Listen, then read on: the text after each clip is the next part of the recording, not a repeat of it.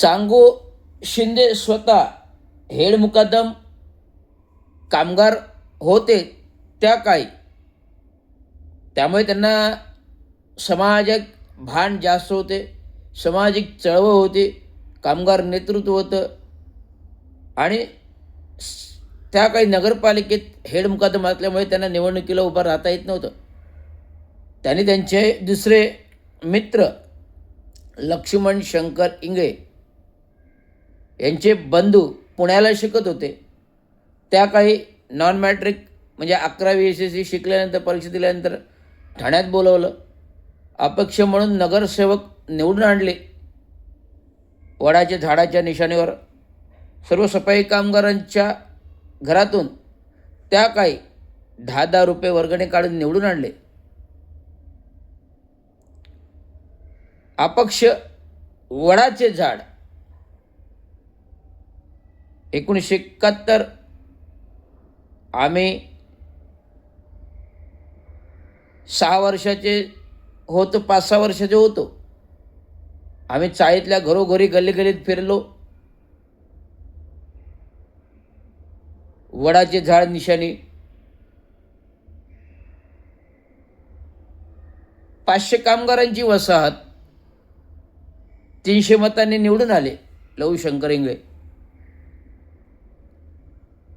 आंबेडकर रोडवरून रमेश पंडित निवडून आले.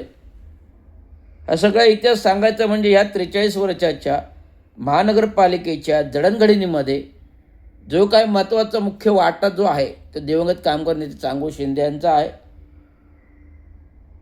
हे झालं 1971 ते 1982 महानगरपालिका प्रस्थापित होईपर्यंत लहूशंकर इंगळे, रमेश पंडित नगरसेवक होते. 10 वर्षाचा कार्यकाल गेला. 11 वर्षाच्या 82मध्ये महानगरपालिका प्रस्थापित झाली. प्रशासक म्हणून IAS अधिकारी सोनी आले आणि प्रथमतः या महानगरपालिकेचा दौरा करता करता कामगार वसाहतीचा दौरा केला. कामगार वसाहतींच्या ज्या काही हाल अपेक्षा त्यांनी पाहिल्या. कच्च्या प्रकारची घरे, लाईट नाही, दिवाबत्ती नाही. कामगारांना प्रथमतः सिमेंटची पक्की घरं बांधून देण्याचा विचार प्रशासकीय आयुक्त सोनी साहेबांनी घेतला. गल्ली बोळ्यामध्ये दिवाबत्ती दिली, सिमेंटची पक्क घरे दिली. हे होते चांगो शिंदेंचे कार्य. चांगो शिंदे यांनी 78-79मध्ये जेव्हा म्हणजे 66मध्ये जेव्हा दादोजी कोंडदेव स्टेडियमची जागा रिक्त केली, महात्मा फुले नगर वसाहत बसवली. बेडकर कॉलेजच्या समोर क्रिक रस्त्याला ते काय आहे, हे कामगार महात्मा फुले नगर वसाहत वसवली. पूर्ण 10 चाळी, 10 इकडे 10 तिकडे 10, 20 चाळी, अलीकडे पलीकडे 200 खोल्यांचे रूम. आणि त्या कामगार वसतीमध्ये त्या काळी 200 खोल्यांच्या 2 इमारती. 90च्या त्या दशकात बांधल्या गेल्या. डावकरे साहेबां जेव्हा नगरसेवक आले, डावकरे साहेबांना 1987मध्ये चांगो शिंदे यांनी निवडून आणलं. प्रभाग क्रमांक 47 खाटण रोड विभाग.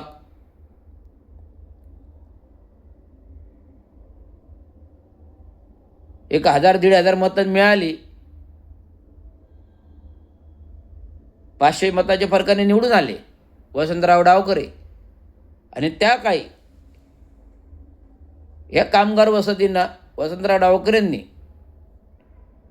87, 88, 1990च्या दरम्यान 200 खोल्यांच्या 2 इमारती बांधल्या.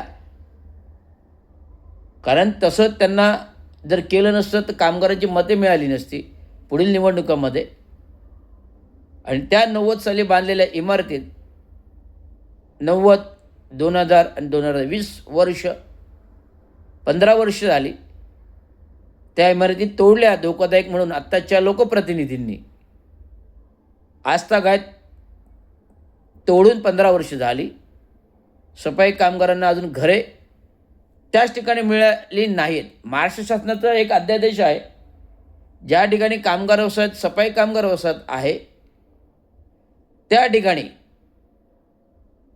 सफाई कामगारांना घरे देण्यात यावी ही शासनाचा अध्यादेश आहे.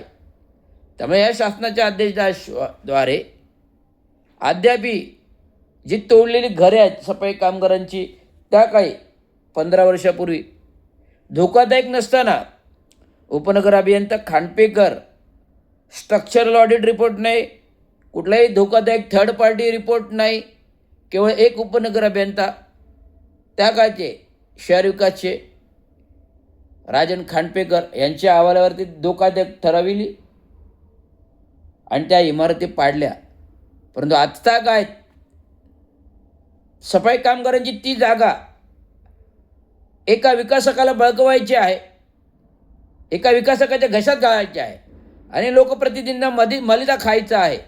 म्हणून आत्तापर्यंत त्या सफाई कामगारांची घरे होत नाही आहेत. आमच्या कामगारांमधला कोणतरी एक कामगार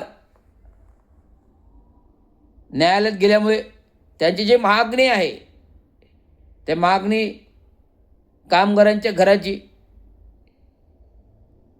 एखादा वाढीव क्षेत्र द्यावं आणि मिटून टाकावे. परंतु न्यायप्रविष्ट प्रकरण असल्यामुळे अद्याप सफाई कामगारांच्या घराचा वणवा आहे.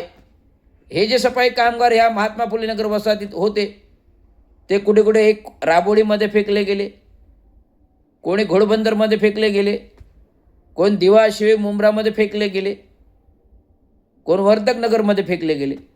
अशा विविध ठिकाणी एक कामगार सफाई कामगार विखुरले गेले. परंतु शासनाचा अध्यादेश असा आहे की ज्या ठिकाणी कामगार वसाहत आहे त्या नदीगत कामगारांना काम करणं सोपं जावं म्हणून लोकांना कामगारांना घरे दिली पाहिजेत. आज वर्धापन दिनाच्या 43व्या वर्षी ही कळकळ आहे, मागणी आहे, जे दिवंगत कामगारांचे यांचं स्वप्न आहे. कामगारांची घरं कामगारांना मिळाली पाहिजेत आणि कामगार संघटनेद्वारे त्यांचे नेतृत्व त्यांच्या निधनानंतर रवींद्र चांगो शिंदे हे कामगार नेतृत्व करत आहे आणि कामगारांच्या घराचा प्रश्न लवकरात मला मार्गी लावायचा आहे.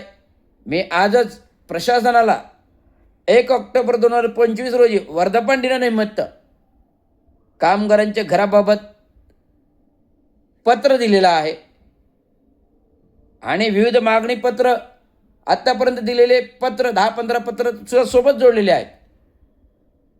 अशा प्रकारे सफाई कामगारांची घरं लवकरात लवकर झाली नाही तर दिवाळीपूर्व प्रशासनाच्या मुख्यालयासमोर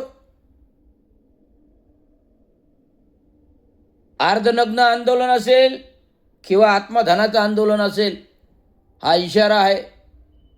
महानगरपालिकेला आजच्या वर्धापन दिनी आज कळकळीची विनंती आहे, कळकळीची मागणी आहे.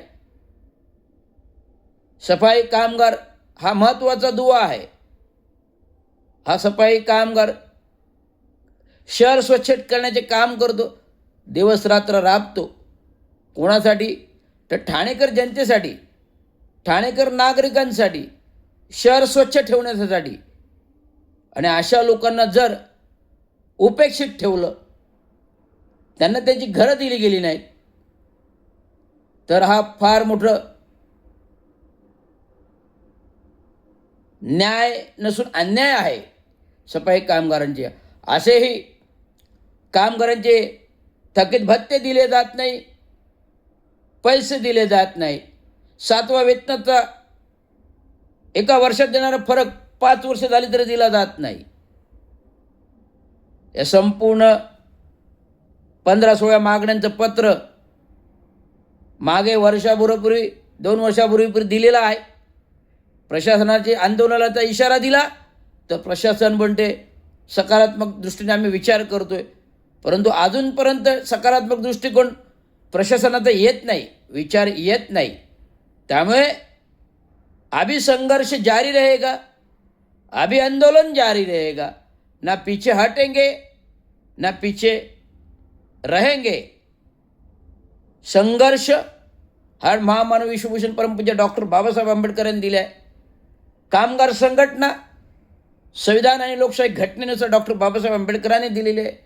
कामगारांचा न्याय हक्क मागण्याचा अधिकार कामगार नेतृत्व गुणाने कामगारांच्या संघटनेद्वारे दिलेला आहे. आणि भारतीय घटनेच्या संविधानामध्ये लोकशाहीने दिलेला संघटनात्मक अधिकार आहे, तो आम्ही मिळवणार. आणि प्रशासनाला वाटतं हे आंदोलन म्हणजे पत्र दिलं काय होत नाही, परंतु आता होणार. येत्या दिवाळीपूर्व सफाई कामगारांच्या घरांचा निर्णय नाही झाला तर अर्धनग्न आंदोलन तर करूच, शिवाय वेळ आली तर आत्मधनाचाही इशारा. हे समजून घ्या. रवींद्र चांगो शिंदे, देवगत कामगारांचे चांगो शिंदे यांचा सपुत्र आहे. वारसा हक्काने त्यांच्या कामगार संघटना न्याय हक्कासाठी लढतो, भांडतो. प्रशासनात कार्यकारी अभियंता असून देखील तो प्रशासनाची भांडायचा आणि आजही भांडतोय, न्याय हक्कासाठी लढतोय. त्यामुळे प्रशासनाला इशारा आहे, येत्या दिवाळीपूर्व कामगारांची न्याय हक्काची घरं झाली नाहीत तर आंदोलन हे तीव्र असेल, हे लक्षात घ्या. आणि या तीव्र आंदोलनामध्ये संपूर्ण आंबेडकरी चळवळीचे नेते असणार आहेत. कामगार मित्र नानासाहेब इंदिचे असतील, भैयासाहेब इंदिचे असतील, भाऊसाहेब इंदिसेही असतील. त्यांनी मला स्वतः फोन करून सांगितले की शिंदेसाहेब, तुमचं जे काही आंदोलन असेल आपल्या समाजाचं आहे, एक रक्ताचं आहे, एक चळवळीचं आहे, माझा पूर्णतः पाठिंबा असेल आणि मी सोबत येणार. आणि नक्कीच बाबासाहेब आंबेडकरांच्या रक्ताच्या कामगार चळवळीसाठी, कामगार नेतृत्वासाठी, बाबासाहेबांचं नेतृत्व पुढे नेण्यासाठी बाबासाहेब माणसांच्या आंबेडकरी चळवळीची आवश्यकता आहे. आणि हे पाठिंबा दिला हेच म्हणतो आम्ही, त्यांचे आभार मानतो की त्यांनी ह्या चळवळीला पाठिंबा द्यावा आणि देत राहावं. संपूर्ण आंबेडकरी समाज आपल्याला एक दिल एक समाज आणि नेतृत्वाने एकत्र यायचं आहे. उद्याचा दसरा मेळावा आहे, धम्मदिन आहे. दसरा मेळावा 2 ऑक्टोबर गांधी जयंती आहे. 2 ऑक्टोबर गांधी जयंती आहे, दसरा आहे, धम्मदीक्षा दिन आहे. आणि सर्व दिनी मी सर्व कामगार बंधूंना शुभेच्छा व्यक्त करतो. आणि इथेच माझे 2 शब्द नाहीत, एक माझा आव्हान इशारा प्रशासनाला आहे, तो त्यांनी समजून घ्या. धन्यवाद. जय हिंद, जय महाराष्ट्र.